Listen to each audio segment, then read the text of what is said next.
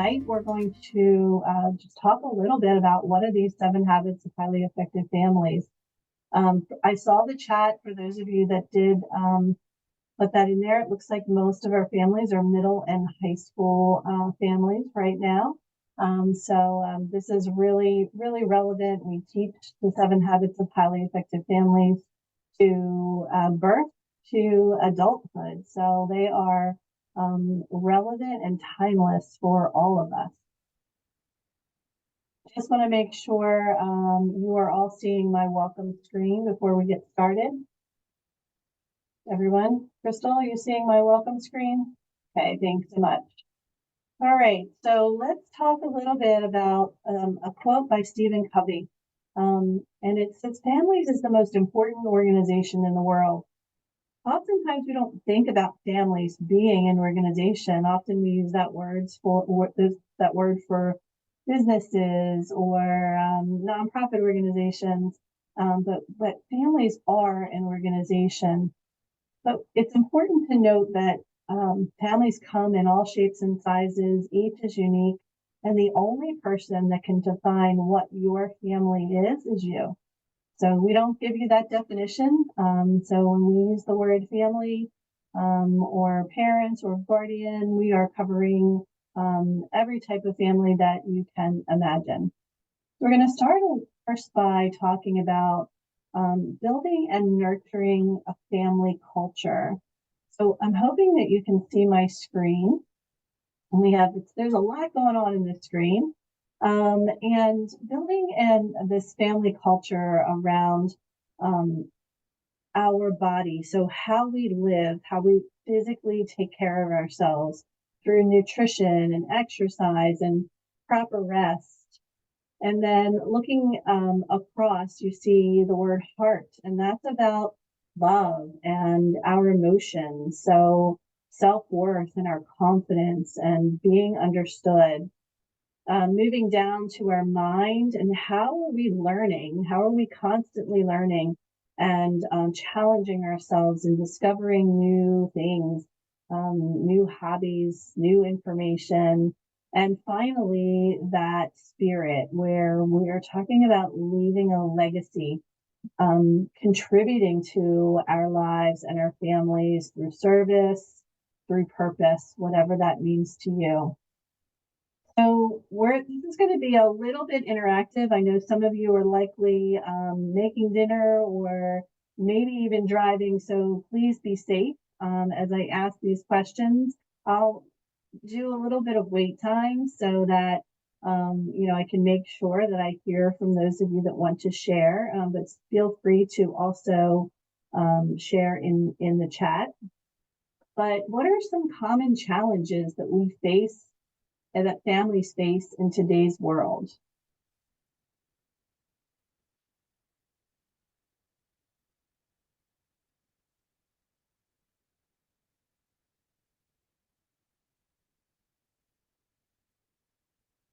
Anyone want to? And Crystal, I am having trouble finding my chat right now. I'm not sure where it is. Oh, never mind. I found it. Now it's up. There we go.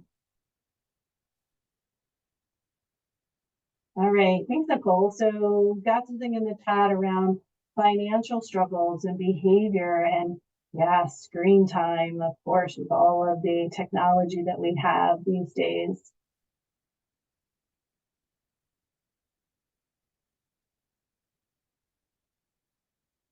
Yeah, anybody else have any challenges that families face?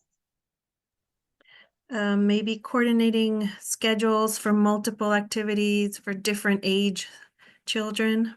Oh, yes, the struggles of coordinating all of the demands that are happening in our lives and prioritizing. We'll talk a little bit about prioritizing things tonight. Marlon added balancing work and personal time. Yeah, so that a home life balance that we talk about all the time. Parents working different schedules, and that struggle of like missing out when you have to work. Yeah, thanks for sharing that. So we're going to jump into this idea of habits. And habits are things that we repeatedly do. I'm going to show a video on the 7 habits of highly effective people. And this is just going to give you a general overview. And I want you to listen to particularly around why they're ordered. So when you're hearing this video, you're going to hear that the first 3 habits are habits that we're in control of. And it is all about us as an individual. And then as we get into the next 3 habits, it's more about our personal relationships with others. So I'm going to start the video. I'm going to hope that my share sound button's stuck and it works. If it doesn't, please let me know as soon as you can that you can't hear it so that I can get it fixed.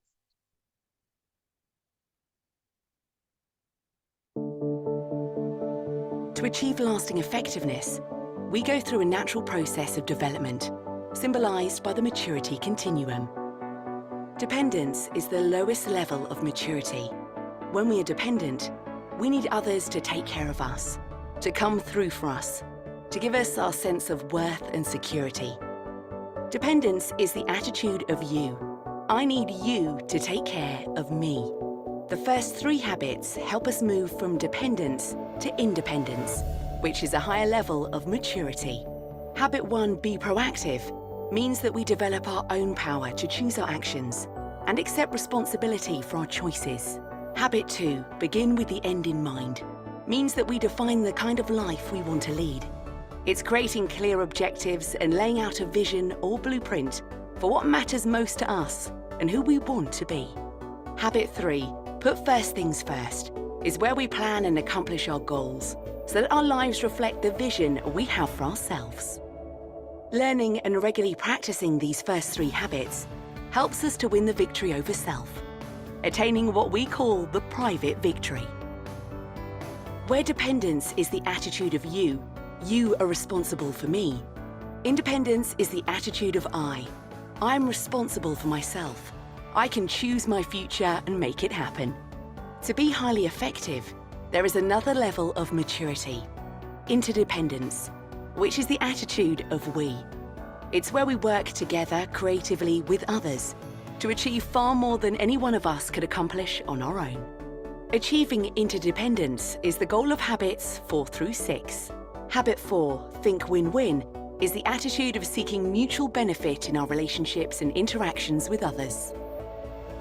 Habit 5, seek first to understand, then to be understood, is the ability to truly listen to others, to understand and honour their perspectives and realities. It also means to communicate our own views in a way that is both open and respectful. Habit 6, synergize, is the process of working with others in a collaborative and creative way to achieve new and better results. When we think and act interdependently, we win what is called the public victory. Without sufficient independence, people will not have the character and self-mastery to work interdependently with others. That is why habits 1, 2, and 3 come before habits 4, 5, and 6. They focus on self-mastery, on developing the strength of our own character. Private victories precede public victories. Habit 7, sharpen the saw, surrounds all the other habits and is the habit of renewal. It's the habit that gives us the power to consistently carry out the other habits in our lives. It's a pattern of daily private victories that creates an upward spiral of increasing effectiveness that lifts up to new and more rewarding levels of understanding and living. All right, so as you heard, we have those first 3 habits that are all about us, and we're going to jump into that in just a minute. And then we're going to get as far as we can tonight in the time that we have. But let's talk a little bit about these 2 family cultures. So hopefully you can see that we have one family culture here around just kind of different feelings. And then we have another culture over here around different feelings. So when you look at this list, you can see that these are on, more the negative, the reactive side. We're losing our temper. We're not planning. We're too busy for family. We aren't listening. And then when we look over here, we see kind of the opposite, where we're remaining calm even in difficult situations. We're having a clear purpose, so we know what we're planning for. We're listening to each other. We're valuing each other's strengths.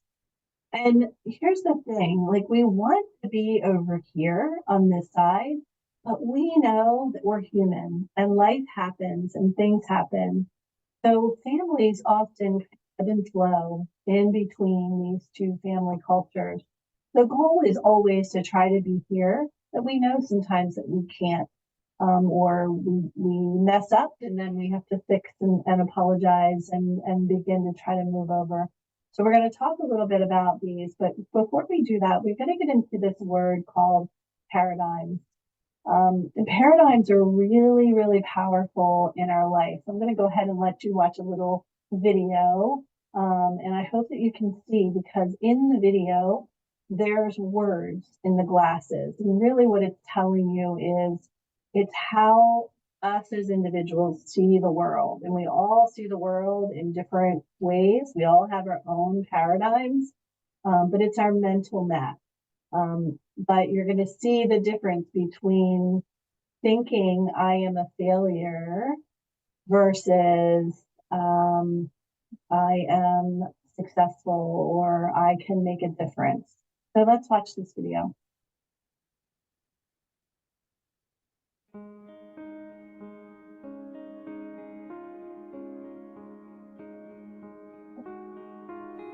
So much of what we do in our personal lives and at the office is the result of the paradigms we hold. And what we do, in turn, affects the results we get. Thanks for coming to the meeting today, everyone. The word paradigm comes from the Greek root paradigma, meaning pattern, the pattern we expect to see, or the mental image of the way things are.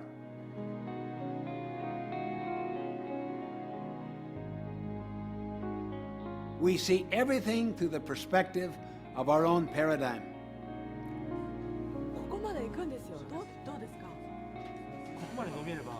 What we see, our paradigms, determine what we do, which in turn determines what we get. And unless we consciously stand apart from and examine our paradigms, we might never see that perhaps many of them are distorted, short-sighted, or just flat out wrong. I remember a mini paradigm shift I experienced one Sunday morning on a subway in New York City. People were sitting very quietly, some reading, some resting with their eyes closed. Suddenly, a man and his children entered the subway car. The children ran yelling through the car, throwing things, grabbing people's newspapers. Their father sat down near me and closed his eyes and did nothing. I felt irritated. I could not believe he would let his children run wild like that. After a few minutes of patience and restraint, I turned to him and said, "Sir, your children are really disturbing a lot of people. I wonder if you could control them just a little more." Yeah, you're right. I should do something. But we just came from the hospital where their mother died about an hour ago, and I guess they don't know how to handle it. Guess I don't know how to handle it. Can you imagine how I felt at that moment? My paradigm shifted. Suddenly I saw things differently. And because I saw differently, I thought differently. I felt differently. I acted differently. My irritation vanished. Compassion flowed freely.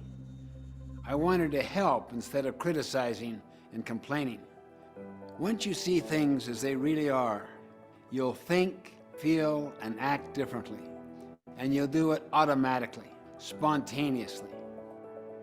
If you want to make minor changes in your life, work on your behavior.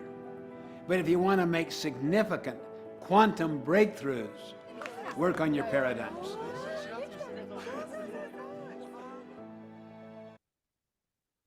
So as you can see, our paradigms are very powerful. And remember, that's our mental map and how we see the world. So as we're looking at how do we change a habit, it is really about how do we look at things a little different. So how are we seeing the world? And then what are we doing differently in order to get different results? All right, so I hope you're looking at this. You can go ahead and put it in chat. As soon as you see this picture, I want you to write in chat or come off of mute and tell me what you see.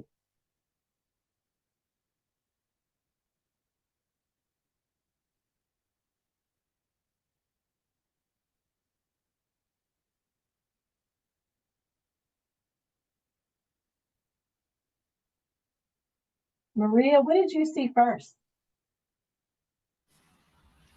It's like a person with an instrument. Okay, so Nicole saw the guy playing the saxophone. Yep, the instrument. And then she saw a lady. Crystal saw the lady. Maria, can you see the lady now?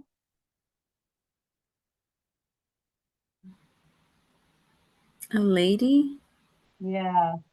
So here's an eye and the outline of the nose and the mouth. If you kind of look back, you can see the silhouette. So Kelly saw the opposite. She saw the woman's face first and then the man playing the saxophone. And so did, I hope that again, I'm sorry, I'm not sure. I don't want to mispronounce your name. But the idea is that we see things differently. And so when we talk about with our families, you know, we all have paradigms. So when we think about things like our views and our paradigms around video games, they're going to be different from our kids. They might even be different from our partner. We have to just really be aware of how we're seeing the world and if we're kind of stuck in our ways. Maria or Crystal is going to drop the first resource into the chat. So I hope you'll download that onto your device and take a look at that at a later time. It's the basic one, ladies. You could just drop that in the chat. Thank you so much. And we're going to move on into habit one, be proactive. And this is about influencing your family from the inside out. You'll remember from the video that this is really about us as an individual. So we're talking about looking on this side of the screen. The effective paradigm for be proactive is that we're responsible for ourselves. We're responsible for our actions and our habits. And we have different ways that can help us do that. And today we're going to talk a little bit about this idea of pause, think, and choose. But before we do, let's look at a quote from Dr. Covey that says, between what happens to us, so that's the stimulus, something that happens to us, and our response, there's a space. And in that space lies the freedom and power to choose our response. And in our response lies our growth and our happiness. So look at this visual here. So we have that stimulus. We know that we get things coming to us all the time. Somebody cutting us off in traffic, someone that we're living with or working with that's in a bad mood that may yell. And then we know that we're going to have a response. And in this example, this is a proactive response because here in the center, everyone, is your freedom to choose your response.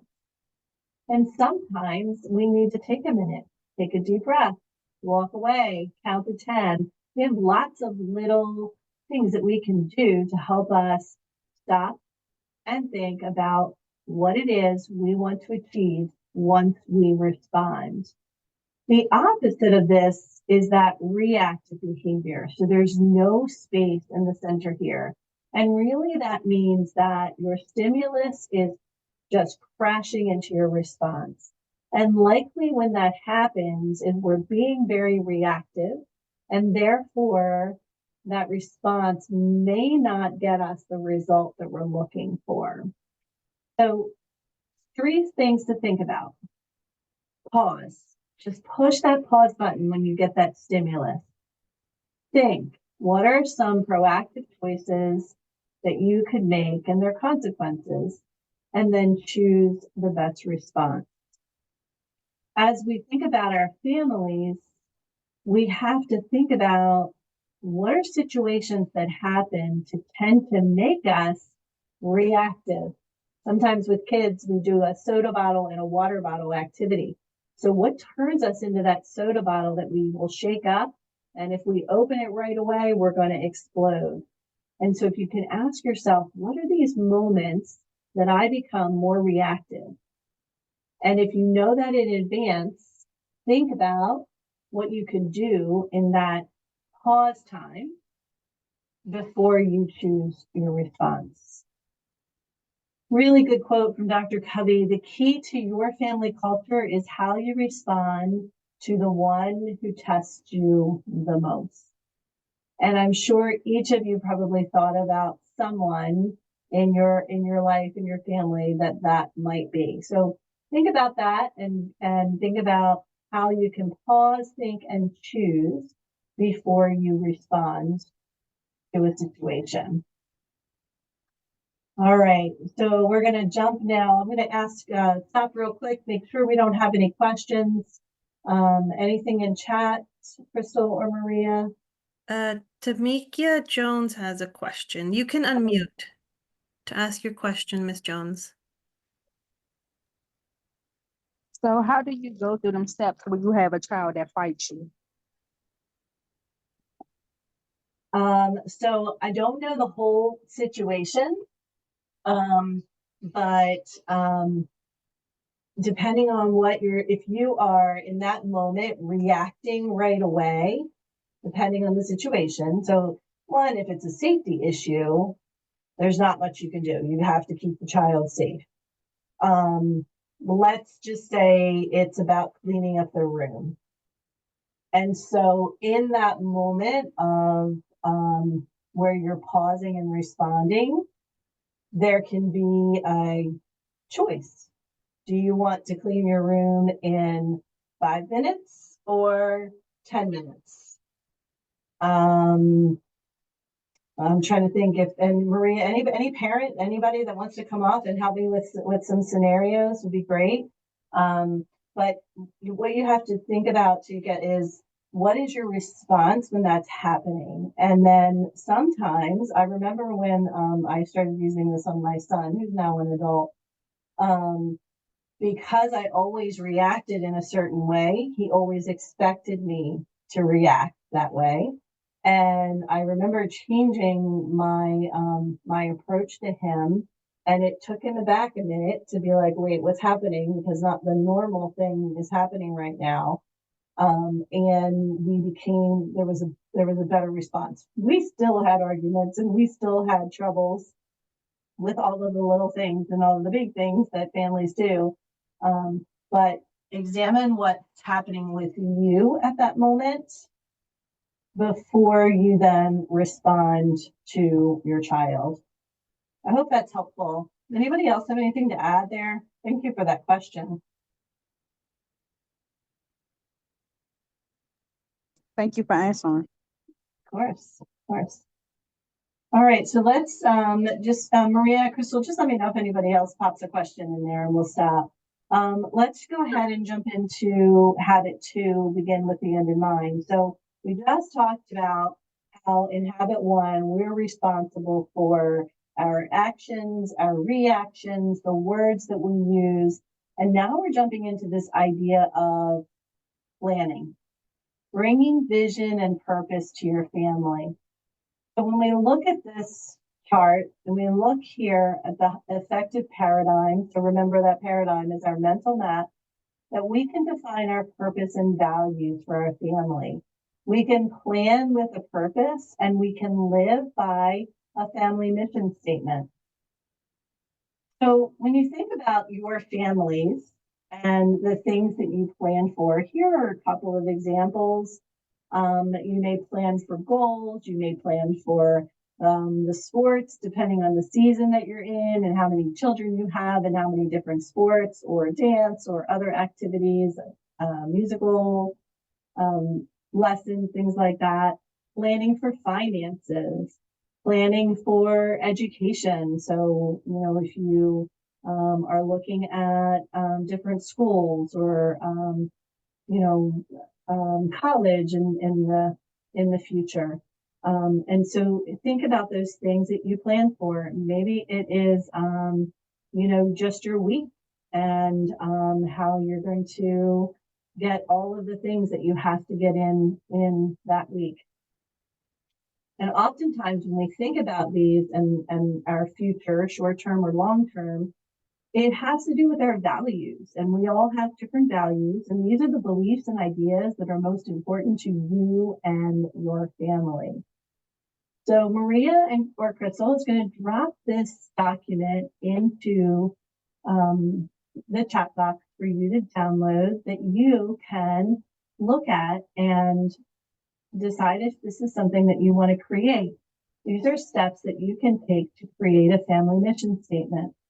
So if you are, if you have older children, you're middle school and high school, and if you have a partner or a grandparent or anyone that whoever lives in your home, each of them can do these questions. So the 3 most important things to me, so each of you would do that.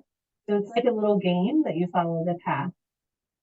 One character trait I admire in others is, when you think about what that trait is, it could be trust, it could be honesty, it could be kindness.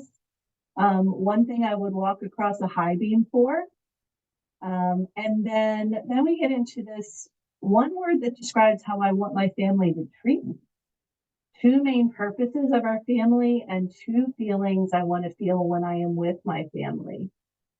So this is individual in the green, in the blue is family, and then this is how we impact others. So friends feel welcomed by our family when we do this. My favorite time we did something for someone else was when we did this. One thing I want others to say about our family is. So if all of you do this and then begin to combine it, you can create a family mission statement. These are just some examples of mission statements that families have created. They can be really short, they can be a little longer, and it's what drives you. Because again, it's based on what your family values. Another way to capture this around what your family values is to do a collage. So magazines or pictures around things that you're planning to do, things that you want to do, things that you value about each other. And it's nice to have a visual for these things. But remember what I said earlier about families and people. We're human, right? So families are off track a lot of times. And that's because life has happened. And that's okay. The key is that they have a sense of destination and keep coming back to it. So if you create a visual, either with pictures or words, you have that direction to come back to make sure that what you and your family are spending time on is valuable to you and meaningful. All right, let me stop and we have a comment on the chat. It's not a question, but more like a comment. Yeah, I was going to stop and read that. Oh, okay. Go ahead. And make sure that everybody has a chance to ask any questions before we go on to habit 3. Oh, Kelly, looks like Kelly, Tamika, looks like, I hope you can read that chat. It looks like maybe she's giving you some feedback on your question. So I love that. Thank you so much, Kelly. I appreciate that feedback. Tamika, are you able to see that, dear? Wait a minute. Wait a minute, the question in the chat box? Yes, the very last comment in the chat box is for you. Okay. Or it's for everybody, but it was based on your question, okay? All right, so keep monitoring that chat. If you have any questions about beginning with the end in mind, let me know. Sorry, did somebody say read the comment, or are you guys able to see it? I thought I heard someone saying read it. Sure, I can read it. So this was to answer about what happens when your child fights you all the time about something. Kelly said maybe choosing which things you will fight the strongest about that are most important to your own values. There are other things that may come up that are not as important to you that don't have to be fought. Maybe the child wants to do something that you're willing to allow in that case.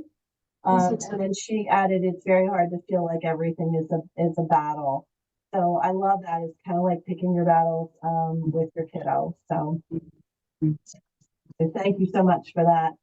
All right, so habit 3, put first things first, is making time for family time. I told you we were going to get to this. And this is how we, our effective paradigm is when we nurture our most important relationships and we make time for what matters to us most. Now, I'm going to stop real quick and just say life happens and it's okay. Remember, we said we can get off track and kids can be in this sport and that sport. And if you have a high schooler, and I know somebody has a senior, and I remember those years. So give yourself grace. But this concept is about an idea that we call big rocks and little rocks. And again, you determine what your big rocks are. But let's watch this video around the idea of determining what our big rocks are and how we should prioritize.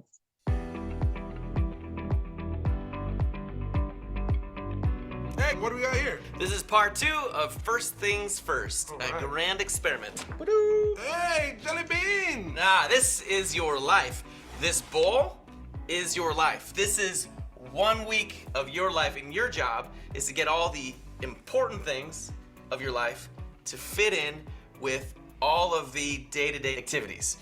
Go. Okay. Yeah. All right, so this is everything I do in a week, right? Yeah, all right the stuff. there. Okay. Family, right? That's important. Super important. And you can't go over the edge. Okay, so I gotta make it fit without going over?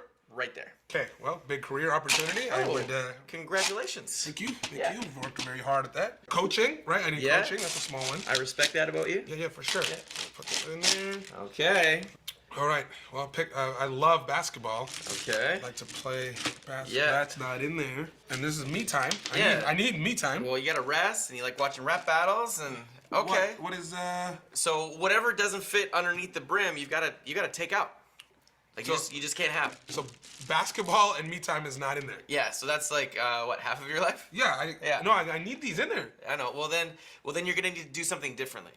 How do you mean? You just need to rearrange it. You're gonna have to shift your priorities, right? Hey, Clark. Yeah. Thank you. So let's take the big things out. Okay. Remember, what's this episode called again? First things first. Right. Okay. So, what are you going to do differently? Okay. Yeah. I'm gonna put the big things in first. Yeah. Okay. Family in there. Yep. Pick up ball. That's what I was. Me time. That's what I was missing the first time. Put these in there. There we go. Okay. There you go. And now here's all the little things. Yep. Here's the rest of your daily activities. Can you make them fit? Let's see here. Can you shake it up a bit? Oh, yeah. Yeah, nice. Oh, I think we can... All right. And while we're over the brim... Yeah, it's still over. Yeah, so check this out. But what about all these? This is me brushing my teeth and showering and getting a haircut and checking blogs and vlogs. Yeah, but those things are all in here. You have your hygiene and you have your Snapchat and you have all those things in here. It's just they're not taking up the whole space anymore. You're not responding to every text immediately. Right. Right? It's just at the end of the week, what are you going to regret not having? The big rocks. Right. You don't want to sacrifice your family for your Snapchat. That's true. Yeah. Right. So I'm just prioritizing the big things instead of the little things. Exactly. That I'm already doing, but just not in an abundance. So what are the big things in your life? Yeah. And which one do you want in your bowl? Prioritize. First things first. First things first. All right. So as we look at what are your big rocks, and like I said, all of your big rocks are going to be different from everyone else's. This is your family's big rock. But I want to present to you 3 family big rocks that you may want to consider. The first one is weekly family time and tradition. So if you have any of these weekly family time and tradition, drop it in the chat. I remember when my kids were younger and we would periodically do choose your takeout. And so we would run all over town and picking up takeout for everybody that they wanted. And that was a little fun thing that we used to do. So if you have any traditions, weekly things that you might do, drop that in the chat. Another one is one-on-one time. So many of you have more than one child, and that one-on-one time gets harder and harder if you have more than one child. So how are you making sure that you're able to spend some one-on-one time with each of your kiddos? And then this regular family meals, and this can get really hard when kids are in sports, or we talked about this earlier, parents working different shifts. So how can we at least maybe try to fit one in a week? But these are just some suggested family big rocks that you might want to consider. And remember what they said in the video. You want to schedule these first, because the whatever your big rocks are the most important things, because we know we get bogged down with a lot of other tasks and things that will take up our time. So we're often happier when we can make sure that we're doing what's most important to us. All right, if anyone has any questions about habit 3, please make sure you drop them in the chat. I'm going to go on here and to another idea. Now we're going to buzz through these pretty quickly. So follow me here. We've got the next 4. Now remember, habit 1, 2, and 3 were all about us. And as we jump into habit 4, 5, and 6, this is about our relationship with others. And so when we're talking about us, we're talking about our character. And when we start talking about these other habits and the relationships we have with others, we're getting into some different words here. So we've got attitude, skill, and results. So keep that in mind as we move forward to our next habit about think win-win. And this is about making deposits in your family relationship. Emotional deposits we think about around similar to a bank. So we have in a bank, we make deposits in and we make withdrawals out. When we talk about an emotional bank account, we're talking about the deposits that build and repair trust between relationships. And then when we're talking about withdrawals, that's where we're breaking down the trust in our relationship. So that's when we get into that attitude. It's our attitude of how we're going into a relationship. And we want to build that trust by making emotional bank account deposits to others. And we, in turn, getting our deposits that we need versus those withdrawals. Withdrawals are going to happen, but we want to be maybe more intentional with our deposits. So we're going to now talk about habit 5. And if you remember that word, that's skill. So this is around how we listen. And that's the communication piece. First to understand, then to be understood.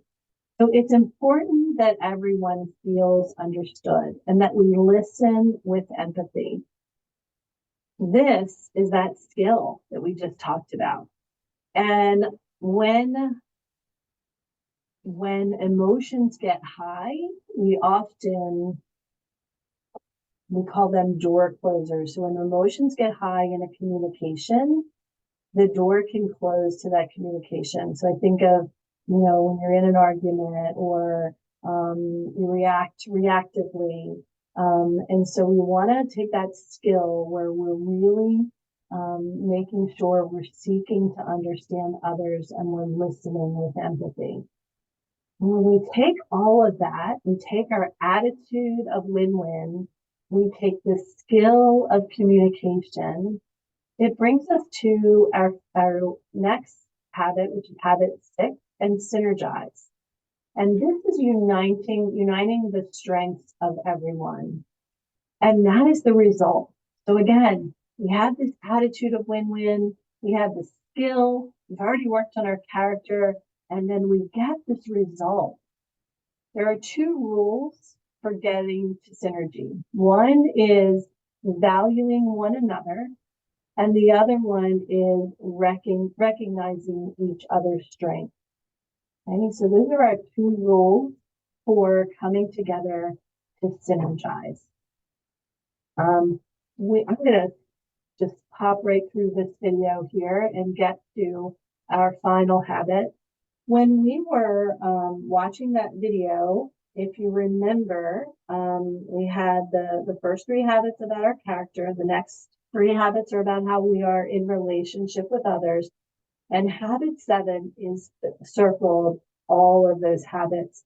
That if we take care of ourselves and our families by sharpening the saw, renewing the body, mind, heart, and spirit, we are better equipped to do well in the other habits.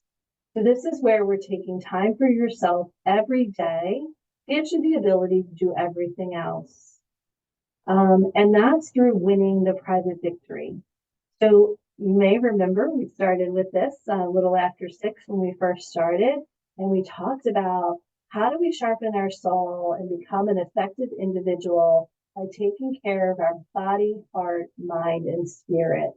So I want you to think really quick about what is something that it can be on this list, or it can be something else that's in your head. What is something that you want to stop or start in order to help you be more effective and renewing your body, heart, mind, or spirit? If you want to drop that in chat, that would be great. Anybody wants to come off of mute and share?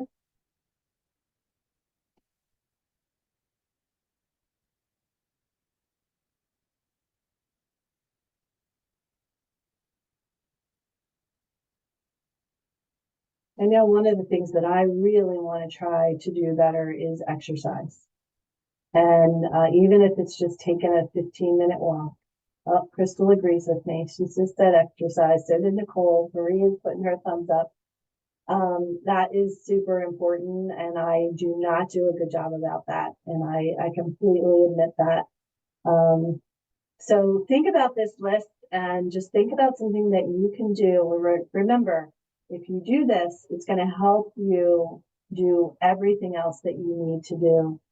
And then it takes us to this sharpen the saw together. So this is why we're here tonight. We're here about how we can utilize these 7 habits with our families. And so these are just some quick ideas, a way to sharpen the saw together for your body, heart, mind, and spirit. So I'll give you just about 30 seconds to look through that.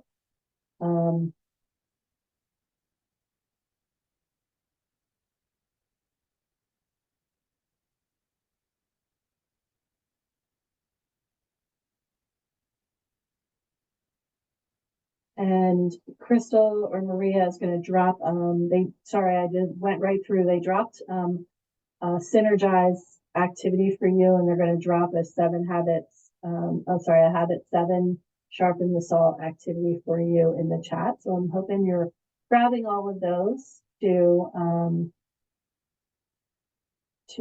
download to your computer and take a look at your convenience. So I want to thank you for being here. We've got just a couple more things. I'm going to stop share because I want to show you something. And then I'm going to turn it back over to Crystal and Maria. So I hope that you can see this. This is a 7 habits of highly effective teens. So remember when we started, I told you that the 7 habits are designed birth to adulthood. And so there's different versions of this. We have a Happy Kids, which is right back here behind me here. I can't get my finger. There we go. It's backwards on me. It's called the 7 Habits of Happy Kids. That's for our young elementary friends. This is the highly effective 7 Habits of Highly Effective Teens. It's a great book. Schools will often give it to 8th graders going into high school. I know somebody said, maybe it was Kelly, that has a senior, great one to take off to college. And then we have the 7 habits of highly effective people, which is for the adults. So I hope you've enjoyed the presentation. I hope you have taken something away from it.